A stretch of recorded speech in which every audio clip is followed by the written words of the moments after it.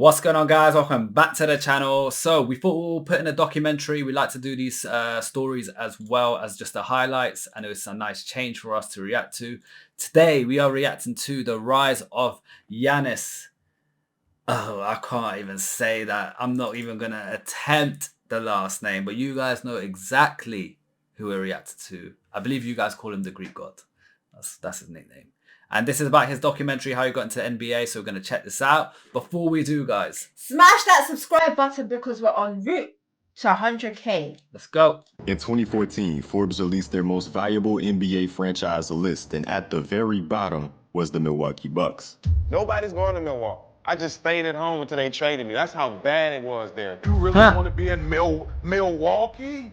Is that where you want to be? That's the one fucked up part about Milwaukee is they're not going to attract any major free agents. A franchise that won their first NBA championship in only their third season with Kareem Abdul-Jabbar. But just 3 years after the championship, Kareem used his expiring contract as leverage to be traded as his lifestyle and the lifestyle in Milwaukee were not compatible. The superstar and best player in the league at the time didn't want to be in the Milwaukee market, and just like that, he was going to Los Angeles in one of the biggest trades in league history. From that point on, Milwaukee could never get back to where they once were. They had Sidney Moncrief in the 80s, but he wasn't enough to take them to a championship. They had Ray Allen in the 90s and the early 2000s, but they also traded him after it became apparent that he wouldn't re-sign with the team. And after trading Allen, the Bucks would only have one above 500 season over the next 13 years. Being in a small market that is not enticing to the stars and years of missing out on crucial draft picks set this team back completely. But in the 2013 NBA draft, they had another shot at changing that. So I learned about the draft picks. So basically with draft picks, depending on where you finish in the league, you get, so if you're like top of the league or like you're first, you get the first pick of draft. And these are like college up and coming players and who are like going on level of becoming pro. So these pro teams have an opportunity to take like someone in college to their team, and the higher you are, the first like pick you get. So Milwaukee, or if I'm saying that right, they've, from the looks of it, have been failing. They're always towards the bottom of the league from the looks of it. So they're always going to get The last pick, which is the people that are least favored. So they're never, it's going to make them struggle because they're not really attracted. And plus no one wants to even go there from the sounds of it, which doesn't help either. So that's, I comment if I'm wrong, guys, but that's what I read online. That's how draft picks work, along the lines of that. They had their rise on a player that nobody was really familiar with in America. My name is Giannis Antetokounmpo. What kind of basketball player are you? I'm an all-around player. I can jump, I can shoot, I can pass the ball. I can do everything in the court. I started playing basketball 2008, 5 years. What is your goal for your career? I want to be NBA player. Realistic goal if we're working hard. Here comes the commissioner with the Bucks pick. With the 15th pick in the 2013 NBA draft, the Milwaukee Bucks select Giannis Antetokounmpo from Athens, Greece. He last played for Fil Atletikos in Greece. So that's probably why, like, he's not from the US, so not a lot of people knew who the hell he is. Like, these lot took a chance, realistically, even though they did it. They're not spoiled for choice, but they still took a chance. Think of this young man, Milwaukee Buck fans, as a McDonald's All-American that needs a development program. We're looking down the road, but a great talent with a great feel for the game. This kid has as much upside as most anybody in this draft. John Hammond and the Bucks have got to have a good development plan for this young man because he's going to need some strength, some development in terms of a player. But they've got a guy for the future. A lot of teams liked him. Who was going to take him first? Milwaukee at 15. Well, with me, the youngest player in the draft, Giannis Antetokounmpo. Going to That Milwaukee was me earlier. You haven't spent a lot of time in the United States. What's it mean to suddenly know that you're in the NBA? No, it's a wonderful feeling. I can't describe how excited I feel, you know. It's a dream come true. From Europe to the NBA, from Division 2 of the Europe, not even in the Division 1 in Europe, Division 2 to the NBA. It's wonderful.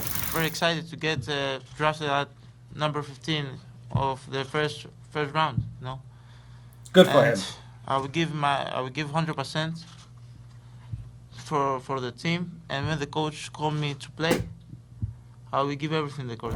Early on, the Milwaukee Bucks could tell that they had something special in Giannis. A young kid with all the potential in the world with his physical gifts, but also all the work ethic you could ask for as well. He was a raw prospect, but there was clearly something there. And if this franchise was going to be revived, it would all ride on somebody like Giannis. You know, I'm 18 years old. Wow. Nobody believes in me. Nobody thinks I can make it. I'm going to work extremely hard every single day.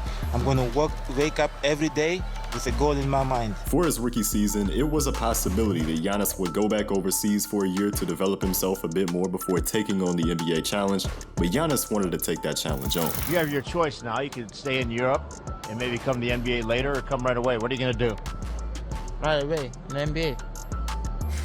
Straight in the NBA. Makes sense. You got the opportunity. You made it. And Giannis was in for the 2013 to 2014 NBA season. After all, he wanted to make sure that he could help out his family back in Greece and get them to America, as every time he got a paycheck, he would send over the majority of it to his family. Giannis said that this was the one point in his life where he actually felt lonely as he didn't have them by his side. Yeah, I had nothing to do. You know, I was in the gym all day. I was sleeping in the gym. I had nothing to do. Assistant coach Nick Van Exel said he didn't have anybody. There are times when you just want to go over and just give him a hug and just ask him, are you okay? Not just about basketball, but are you okay? Because he really has nobody to talk to. It was a hard rookie season for him where he wasn't just worried about basketball, he was worried about his family 5,000 long miles away living in a country where they didn't even have citizenship. That thought of wanting to get his family out of that bad situation constantly looming. And it would take 8 long months, but in February, it all paid off as his parents and 2 younger siblings finally got visas to come to America. What I like is he's a kid who wants to prove himself, but not only prove himself, he has something to fight for, which is getting his family in a better position. So he's like in that he's in the best position in terms of hunger, not just for himself, for his family too. So and you can tell he's such a genuine, sweet person as well. He was brought up beautifully by his family as well. Good heart, clean heart. Giannis could enjoy his new life in the NBA with his family, and he couldn't wait to see them and show them everything. This is my crib. See my family over there, you know, it just give me energy, and I'm really happy, you know, they made it here in America, and they be able to see me play. All these guys that are legends because the number retired, like in the team in Greece, you know how my number retired. Maybe in 15 years, 20 years, maybe my number is up there next to Kareem, Oscar Robinson. For the Milwaukee Bucks, coming into that season, it was clear that Milwaukee was entering a rebuild. They moved on from Brandon Jennings in a trade, receiving Brandon Knight and 22-year-old small forward Chris Middleton. But this was going to be another season moving backwards for the franchise, this time a 15-win season. That was their lowest win total ever for the franchise. The fan interest was at an all-time low that season, with them having the worst fan attendance in the NBA. For the least valuable franchise in basketball, things were only looking worse, and tough decisions would soon have to be made. But there were a few positives in Milwaukee. Giannis showed flashes, making an all-rookie team, although it was a quiet year by the numbers. Not to mention though, Giannis did grow to 6'11" by the end of the year. The 22-year-old Chris Middleton averaged 12 points a game, showing flashes when it came to scoring, and being a 15-win team, this did bring the Milwaukee Bucks a quality draft pick. With the second pick in the 2014 NBA draft, I got second pick. The Milwaukee Bucks select Jabari Parker from Duke University. This is what the Bucks needed, a star to revitalize their franchise. And now they had another young player that could give them hope as a franchise. And as expected, after a 15-win season, they did decide to bring in a new coach, moving on from Larry Drew. I would like to introduce the new head coach of the Milwaukee Bucks, Jason Kidd. You know, this is a young team, and they have a lot of talented guys, And my job as coach is to bring out the best in them, but also to teach them how to win and how to play at a high level. And while the Jason Kidd move did come with some controversy, it proved to be the right move at the time. The Bucks went 41-41, making a playoff appearance for the first time in Giannis Antetokounmpo's career, despite an early season ACL injury for the promising rookie Jabari Parker. For Giannis, this was a decent year of improvement. This time, with no concerns off the court, he could fully focus on getting better as a player. He doubled his points per game average, and he was a lot more efficient under the newer play style that Jason Kidd was put.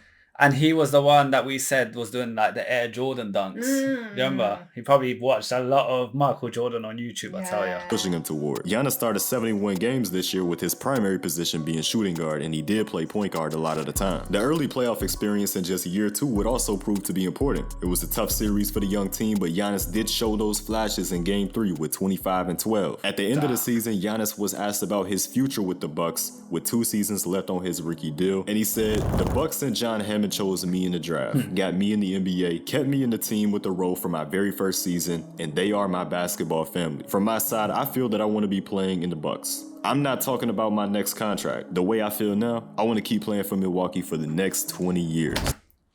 Ratings, because a lot of people who signed for the Milwaukee team kind of built a little bit of a rep and then they dipped. They said, this is not a team I want to stay. I just got into the NBA through them, used them in a way, obviously helped them at the same time, and I'm out to a bigger team. So he's the first one who had a lot of potential who said, nah, I'm going to be here long term. And it's good because it shows how grateful he is as well to the team and the coach that, chose him. 100%. Grateful is the right word for this. 2 years in with Milwaukee, and Giannis now considered this team as his basketball family. They truly meant something to him, and he felt that this group was special. You've been here, it's your second year now. What's in store for the future of the Milwaukee Bucks? What do I have to look forward to if I'm watching you guys? It could be a great young group of guys, everybody is great, great kids, and everybody's humble, everybody try to work hard, so be a team, in the future that everybody works hard, try to get better every day, and together, try to build something good.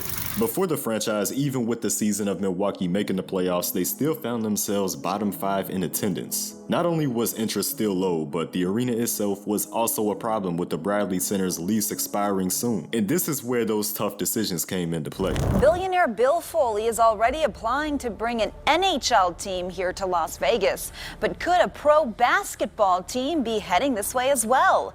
It could happen if the president of the Milwaukee Bucks, Peter Feigin, gets his way. In a statement just hours ago, he asked for $250 million in public funding from the city of Milwaukee. Otherwise, Feigin says he'll just move the team to Las Vegas or Seattle. Bucks president Peter Feigin, he put this really bluntly. He says that under no circumstances will the league allow the Bucks to renew their lease at the Bradley Center. For the Bucks, it will either mean a new arena or a new mailing address. Oh, God. The NBA will enforce the ability to buy back the team at a $25 million premium. And that's it. Our owners no longer own the team, and the team will move to Las Vegas or Seattle. So the Milwaukee Bucks needed $500 million to build a new arena. Bucks ownership was ready to contribute $150 million. Former Bucks owner Herb Cole was ready to contribute $100 million, which left $250 million unaccounted for. If the Milwaukee Bucks could not get that $250 million from public funding, the Milwaukee Bucks would be no more. This was potentially the end of the franchise. But look at the direction this franchise was trending in. It was a young team growing together with a new young coach in Jason Kidd. Giannis, Middleton, Parker, Michael Carter-Williams, all 4 promising young players at this point, 24 years old and under, and they wanted to grow. Why turn back on this project now? Why not give it a chance? And in August of 2015, Wisconsin Governor Scott Walker approved the $250 million in public funding for a brand new Milwaukee Bucks arena. Our big story at 5, signed and sealed. The governor formally commits millions of taxpayer dollars to the Milwaukee Bucks. And all over this area, you could see the promotional hashtag Own the Future. The governor says today the state didn't just own the future, it seized it. The city of Milwaukee and the state of Wisconsin was willing to invest in the Milwaukee Bucks franchise, but there was, of course, those who questioned the investment. What a waste of money on the worst team in the NBA. If things didn't work out and this franchise continued their historical failures ever since the departure of Kareem in the 1970s, this would go down as one of the worst investments ever by the state of Wisconsin. That's the thing, though. They're investing big money into this. and on such a young team, and unfortunately to say, a failing team. And 500 mil is not, it's not low. Like, that's big money for anywhere or anyone. This team just needed some hope. They needed a hero. They did. Hero, a person who is admired or idolized for courage, outstanding achievements, or noble qualities. A definition that would resonate with a young player like Giannis Antetokounmpo. Not because he wanted the glory of what came with being a hero, but because he wanted to deliver for those who took a chance on him and believed in him in the first place. That simply meant everything to Giannis. And entering year 3 of his career, he continued that same hard work to make sure that he didn't let this team down. Giannis knew that he could be the one to deliver for the city of Milwaukee. He had that belief in himself, even when others didn't show that same belief in him. The 2015 to 2016 season would be another year of significant individual improvement for Giannis. This season, Jason Kidd played him at point guard primarily, where he would increase his numbers in all 5 major statistical categories for a consecutive season. For Milwaukee, it was a down year, winning just 33 games, but the jump from Giannis, an 18-point-per-game season from Middleton, and a healthy comeback season for Jabari Parker showed promise for the franchise. And Giannis's improvements as a player were really starting to get recognized. He finished in 3rd for most improved that season, but that was just scratching the surface of what was to come. Because the 2016 to 2017 season would be an even bigger year for Giannis. A massive leap from the year prior propelled Giannis to his first All-Star appearance, his first All-Defensive appearance, and his first All-NBA appearance. He did it all and led the Bucks to a playoff appearance for the first time as the team's best player. It was in this season where he managed to lead his team in all 5 major statistical categories, an unbelievable accomplishment in just year 4 of his career. In the playoffs, Milwaukee fell in 6 to the Raptors, but Giannis established himself as the best player in that series. And of course, the leap of this season won him his first ever award, winning the NBA's most improved player. You wanna try it? I'm gonna let you take that one. You don't have to say his name. Back to back seasons finishing in top 3 and most improved. He's showing rapid growth as a player. And Giannis didn't want to rule out the possibility of winning the award a second time. You know you won't be most improved again because you're an all-star starter, right? You probably won't win that award again. Why? I might be the MVP this year. Yeah. I said most improved. He can be, though, because technically, yeah, he was the most improved, but he could improve further to what he improved. MVP, you can win. Okay, but if I win the MVP, he must improve again. Most improved. I like the way you think. Yeah, okay, can. So I don't know. Years before, when Giannis mentioned the MVP award, he was laughed at. Everyone thought he was joking. But coming into the 17 to 18 season, it was genuinely a possibility at the rate that he was improving as a player, and this time it was actually acknowledged. I'm not scared to make mistakes no more. I've grown as a person and as a player, and as I said, more confident out there. Even his new mentor, Kobe Bryant, challenged him to win the award coming into the season. So Giannis, as the man he is, didn't take this lightly. He wanted to accomplish this immediately. But in late September, a month before the season, Giannis would receive the unfortunate news of his father's passing. From this point on, he would always give it all on the court no matter what. He wanted to do that for his father and make him proud. And a month later, he dedicated his new career high of 44 points to him. Yes, sir. Look at that reaction. I got caught behind. I'm hitting building. The disrespect. Giannis, yes. To the other team, they're stressing. They're like, what? How?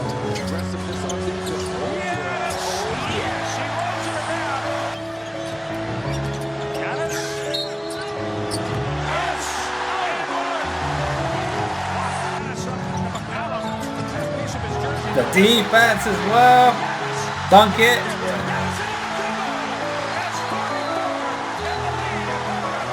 44 points.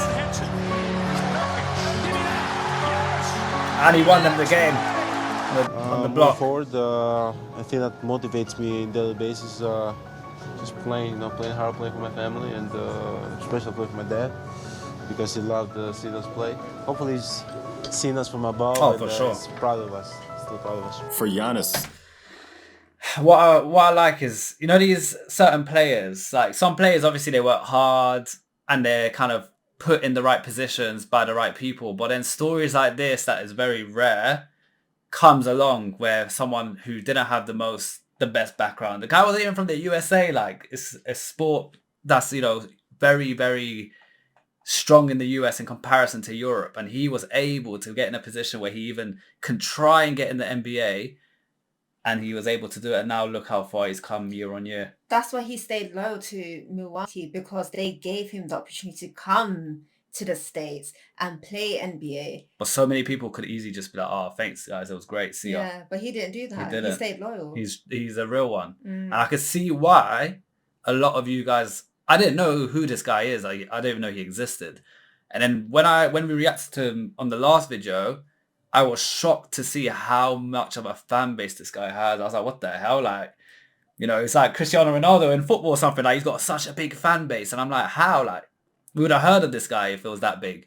But I could see it's the beautiful story. And not many athletes have stories like this. Some do, but not many. So it's beautiful to see. Guys, this is part 1. We're going to continue to watch this soon. Comment below if you want to see part 2. And don't forget to subscribe. For now, peace out. Bye.